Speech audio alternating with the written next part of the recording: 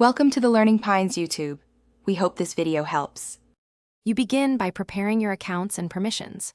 Sign into Waldo with Google or email, then immediately grant photo and location access so the app can scan images.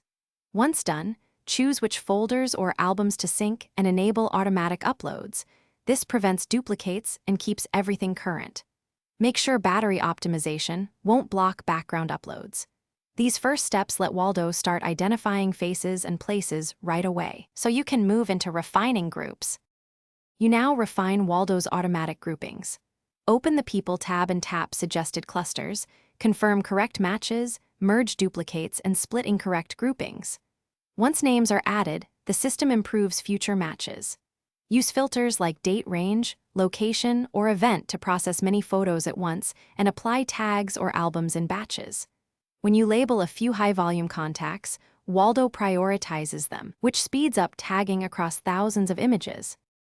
You finish by exporting and sharing curated sets or saving backups.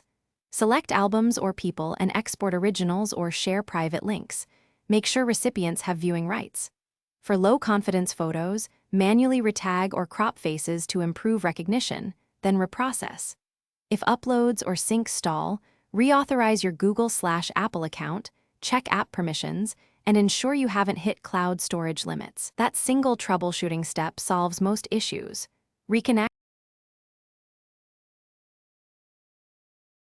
Thanks for watching. Consider subscribing if we helped you.